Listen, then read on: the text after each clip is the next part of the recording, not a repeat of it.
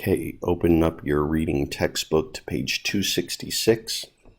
If you're not there, pause the video now, open up your reading textbook to page 266, and then continue playing your video. Okay, let's go ahead and get started. So our genre for this story, this short story, is nonfiction. Nonfiction gives facts that can be verified about real things, people, or events. So this is true. Nonfiction also includes things like your science books and your social studies books. Those would be considered nonfiction. One text feature that we're going to look at, we've looked at text features including subheadings. We've looked at timelines. These are all text features that are common to nonfiction text. Today we're going to be looking at maps, and again, maps are common to nonfiction text. We see maps shown in our social studies books. We see maps shown in occasionally we see maps shown in our science books. We did with our previous lesson. So these are definitely features that we see in nonfiction text. Okay, rarely when you're reading a book like a Harry Potter book, for example, you're not going to see maps usually. Of course, I know what you're thinking. Yes, they do have the Marauders map, but usually the actual text doesn't show the map. They just describe the map in words. Whereas nonfiction work, they want you to see where they're talking about because they're talking about real things that actually happened. So a map typically shows the relative position and size of the places represented. So it's kind of like a model to scale. Okay. Content vocabulary, we're going to be talking about ranchos, feet, conquistadors. Let's go ahead and get started. Follow along. In the days of the Vaqueros, America's first true cowboys, by Russell Friedman. Introduction. In the early days of the American Southwest, private landowners found many Native American vaqueros, or herders, to help in the rounding up of animals on the ranchos. Author Russell Friedman describes what went into the work of the vaqueros. Okay, turning the page, see we have a subheading here, Tools of the Trade, so we're going to find out what they used. And then we also have a map down here as well. We scroll down a little bit.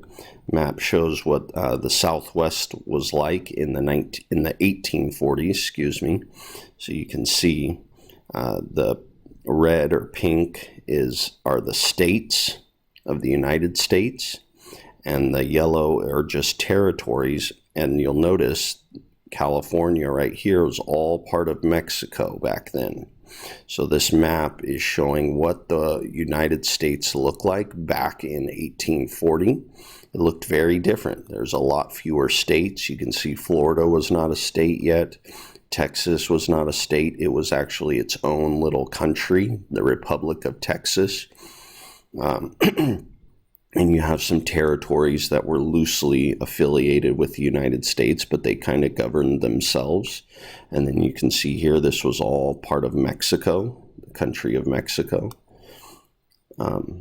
So let's continue on. Tools of the trade. Let's find out what they used. Tools of the trade. Over the centuries, ranching changed very little in New Spain. The most important tools for working cattle on the open range continued to be the vaquero's horse and his lariat. He looked upon his lariat as his good right arm, and it was seldom out of reach of his nimble fingers. With it, he was ready for almost any task that came along. He made his lariat himself, cutting long strips of untanned cowhide, which he soaked and stretched until they were pliable. Then he braided the leather strips into a rope, which he stretched again, oiled, and softened, working it over with loving care until he was satisfied that it was ready to use. A typical lariat was about 60 feet long and as thick around as a man's little finger. There were longer ropes, rietas largas, which ran to 110 feet or more. Children had their own pint-sized lariats. It seemed that everyone was always roping for practice, and that every target was fair game. Dogs, pigs, and chickens became as expert at dodging the rope as the vaqueros were at throwing it. Coyotes were considered the toughest wild animals to rope, and a man who managed to snare one was greatly admired. While he took pride in his feat, he would say with modesty, "Ese fue un supo." That was a lucky throw. So they're being humble here. They're not gloating. Okay, they're being modest. So there's also this word, let's see, where was it? Pliable. Yeah, right here, pliable. That just means easy to move. If leather gets too dry, it becomes stiff and hardens. But they wanted it to be able to. They soaked it and stretched it so they could move it very easily. Okay. So let's see some of the tools that they mentioned. This is tools of trade. The most important tools was the horse and his lariat. And a lariat, again, was just, you can kind of see one here. It's those ropes that they would use. You see them in rodeos today where they're trying to catch the cows or the bulls or the sheep, whatever they're trying to rope. These are called lariats. So you can see it here, this piece of rope. And so those two tools were the most important, their horse and their lariat. So they took good care of their lariat.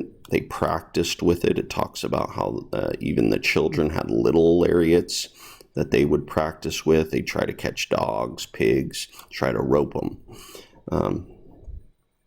So again, those are the most important tools that they mentioned here.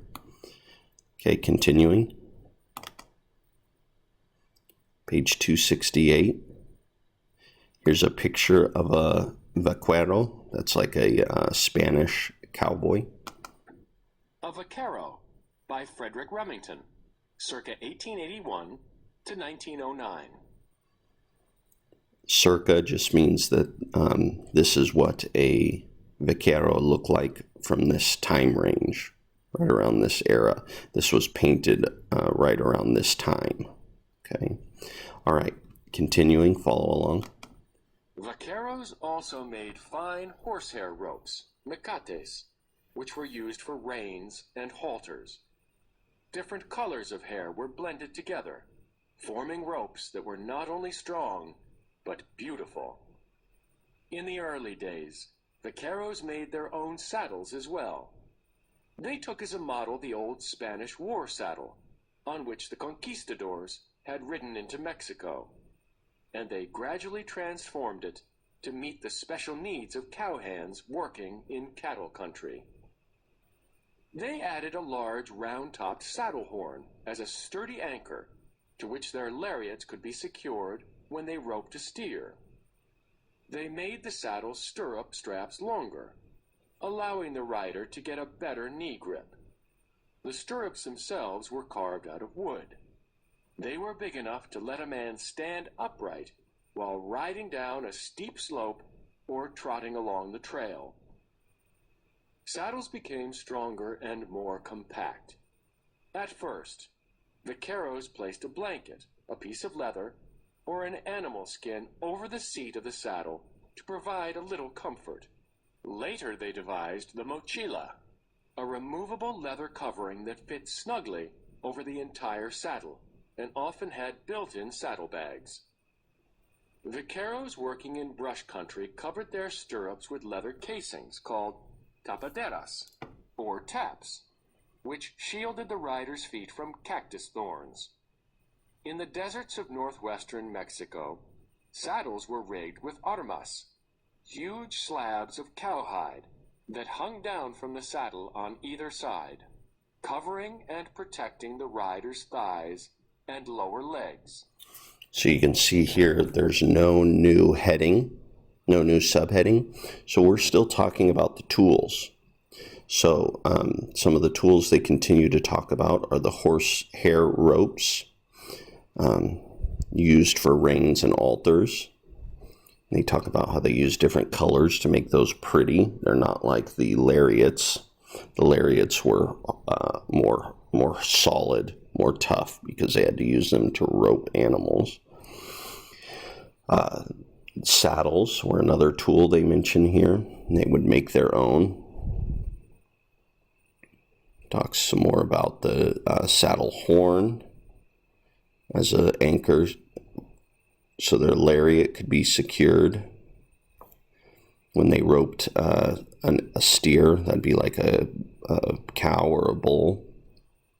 They made saddle straps longer, allowing better knee grip. So there's another tool, these stirrup straps. The stirrups themselves were another tool. They were carved out of wood. Saddles, they talk about saddles becoming stronger and more compact. And it says at first they just use a blanket or a piece of leather.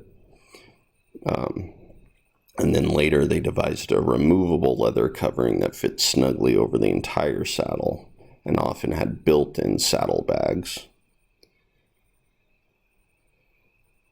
This talks about their covering their stirrups with leather casings or taps, shielded the rider's feet from cactus horns. So again, they're talking about a lot of different tools, still talking about tools of the trade, because we don't have a new subheading. Continuing, page 269. So again, no new subheading, so we know they're going to be talking more about the tools that these vaqueros used. Okay, follow along. Later, vaqueros attached smaller, lightweight armitas directly to their legs. These, in turn, developed into seatless leather leggings called chaparreras, or chaps, for protection while riding through mesquite and chaparral thickets. Chaps also protected a rider against rope burns, abrasions from trees and corral posts, and horse bites.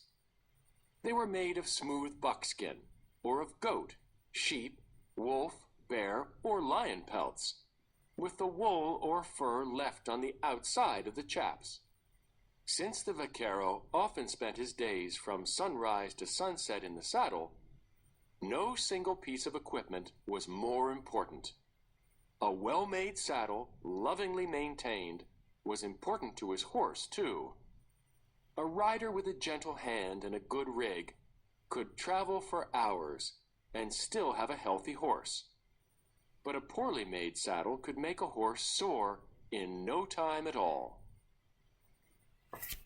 Okay, let's go ahead and look at some of these critical thinking questions. It says, study the map on page 267. What are some of the differences between this map and the United States today? Well, if we go back to that map on 267 and we look at it, we can see, well, again, this was California. This is California now, but what was it back then? So there's a difference. This is where Texas is now, but what is Texas back then? It's its own republic. It's its own little country, so that's a difference. We can see also Florida down here is yellow, so that means it's a territory. So Florida is a state today, but it wasn't back then. There's another difference. Okay, so a lot of differences. And you can even go up into here for Washington and Oregon. You can see that's Washington and Oregon would be here today, but back then they were part of the Oregon country, just territory. Okay, so it wasn't owned and controlled exclusively by the United States of America. The red or pink over here constitutes what was the United States of America back in 1840. So much smaller. United States of America was much smaller back then. We had a lot less land. But then we continued to move west. But you can see a lot of differences. Okay, let's go back to the questions. What would happen to a vaquero if his saddle was lost or damaged? Okay. So it kind of talks about it a little bit in this last paragraph, talking about what would happen if the rider's saddle was damaged in any way. Let's see if we can find anywhere else where it talks about what happens if it's lost or damaged.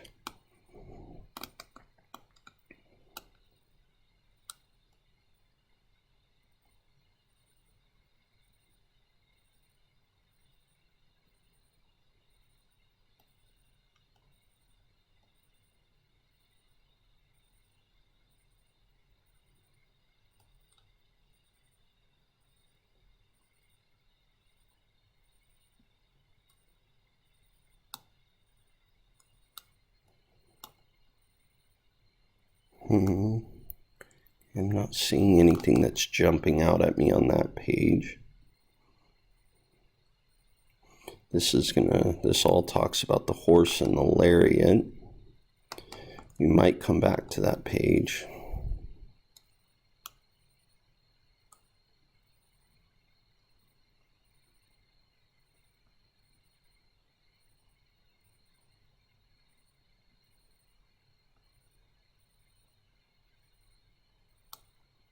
So this is the main paragraph here where it talks about the importance of the saddle. So once you know how important the saddle is, you can imagine what it would be like if the saddle was damaged or lost, because it talks about how important these saddles are and how important it is to take care of them, and why it's important to take care of them and not lose them or get them damaged. So this paragraph is where you're going to find the bulk of your answer. I'm going to jump back here real quick. It discusses the saddles pretty extensively in this paragraph 2 on page 268, paragraph 3 and paragraph 4 as well. So you may draw on those for part of your answer as well. Okay, and last one. Think about the selection in Juan Verdades. How is Juan's life the same as and different from that of a vaquero? So again, you're just looking for evidence, finding, okay, what were some of the similarities between Juan and how the vaqueros lived and what they did, and what are some of the differences between Juan and the vaqueros. So one difference, I'll give you one example, but you need to find multiple examples. One example is in the story Juan Verdes, I'm saying that wrong, I know, but in that story, it doesn't talk about him roping any animals or using his horse in that way at all. So it doesn't mention a lariat. It doesn't mention any kind of the roping that they do mention in this passage. But there are some similarities. So I'm going to have you'll need to go back and find some similarities. So you may need to go back and reread some of the Juan Verdades. I cannot say that word today, or that last name. You're going to want to go back and read some of that. You may want to go back and read some of these paragraphs to see what are some of the similarities.